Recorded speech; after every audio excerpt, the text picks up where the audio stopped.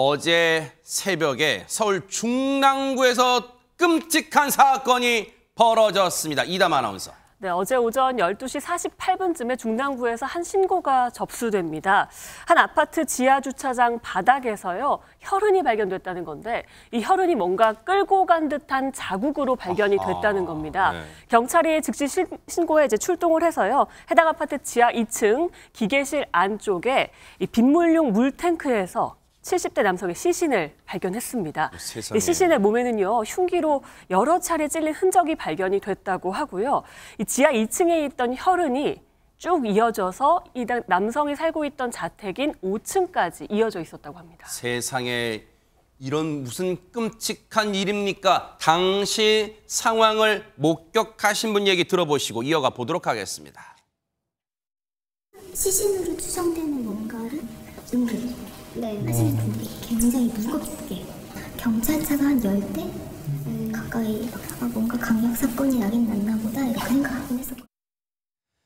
세상에 누가 이런 끔찍한 범행을 저질렀을까요? 박성배 변호사님. 경찰은 신고가 접수된 지 1시간 36분 만인 어제 오전 2시 24분경 용의자를 검거합니다. 상당히 빠른 시간 내에 용의자를 검거할 수 있었던 이유는 바로 용의자가 숨진 남성의 집에 있었기 때문입니다. 세상에. 용의자는 바로 숨진 남성의 아들인 30대 남성이었습니다. 아니, 양나래 변호사님, 아들을 체포했다.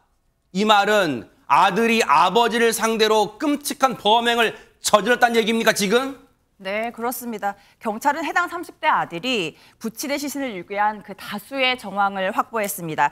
먼저 해당 아파트 5층에 있는 자택에서부터 지하 2층 물탱크까지 혈흔이 남아 있었고요. 세상에. 그리고 아파트 건물 내 CCTV 및 지하 주차장 그리고 블랙박스 영상에서는 아들이 시신을 끌고 이동하는 장면이 포착이 되었습니다. 세상에. 그리고 아들의 방에서는요, 범행 도구로 사용되었던 것 같은 흉기가 발견되기도 했습니다. 어머. 네, 아들은 아파트 1층과 엘리베이터에 설치된 CCTV 있잖아요. 네. 렌즈에 청테이프를 붙여서 어머. 범행을 숨기려고 한 모습까지도 발견이 됐습니다. 하하. 이후에 엘리베이터로 부친의 시신을 지하 2층에서부터 옮겨가지고 숨긴 뒤에요. 5층의 자택으로 올라간 것으로 확인되고 있습니다. 대체 아버지와 무슨 악감정이 있었게? 아니, 이런 천인 공노할 짓을 저질러요, 하재근 평론가님. 그러니까 정확히 어떤 배경에서 이런 일이 벌어졌는지 그걸 지금 정확하게 알 수는 없는데 아하. 그 주변 이웃들의 증언에 따르면 네.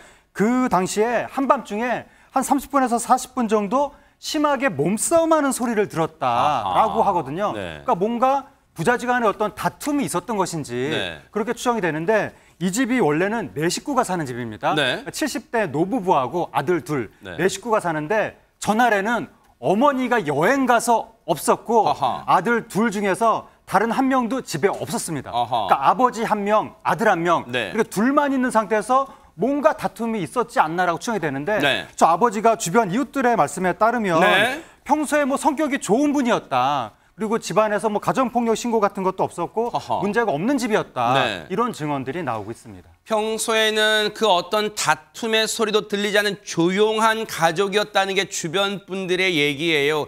그렇다면 분명 그날 뭔가 이유가 있어서 그날 뭔가 사달이 일어난 거 아닙니까? 박성배 변호사님. 그러면 그 용의자인 그 아들을 상대로 물어보면 될 일 아니에요. 아들인 30대 남성 체포 직후부터 오늘까지 이틀째 범행을 부인하고 있는데 아하. 횡설수설하는 모습도 보이고 있다고 합니다.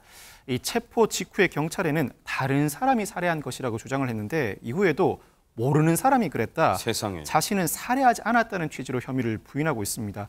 오늘 오전 10시경 영장 실질 심사를 받기 위해 법원에 출석하는 길에도 살인 혐의를 인정하는지 시신을 왜 유기했는지 각종 질문이 쏟아졌지만 아무런 대답을 하지 않고 법원 안으로 들어갔습니다. 네. 경찰은 사건 당시 집을 비운 어머니를 불러서 평소 부자 간 관계 등에 대해서도 질문했지만 어머니조차도 아들이 왜 그런 행동을 했는지 모르겠다고 진술하고 있어 범행 동기가 오리무중입니다.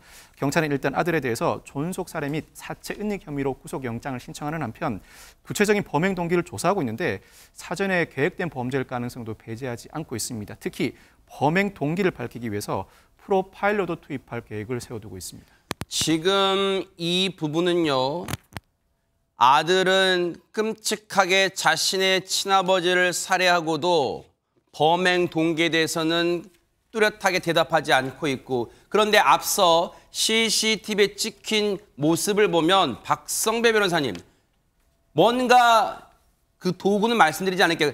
CCTV를 가리려고 했던 모습으로 봐서 미뤄 짐작컨대 뭔가 계획적으로 이 범행을 은폐하거나 또는 이 애초부터 이 뭔가 범행을 계획했을 가능성에 무게를 둘 수 있지 않을까요? 어떻습니까?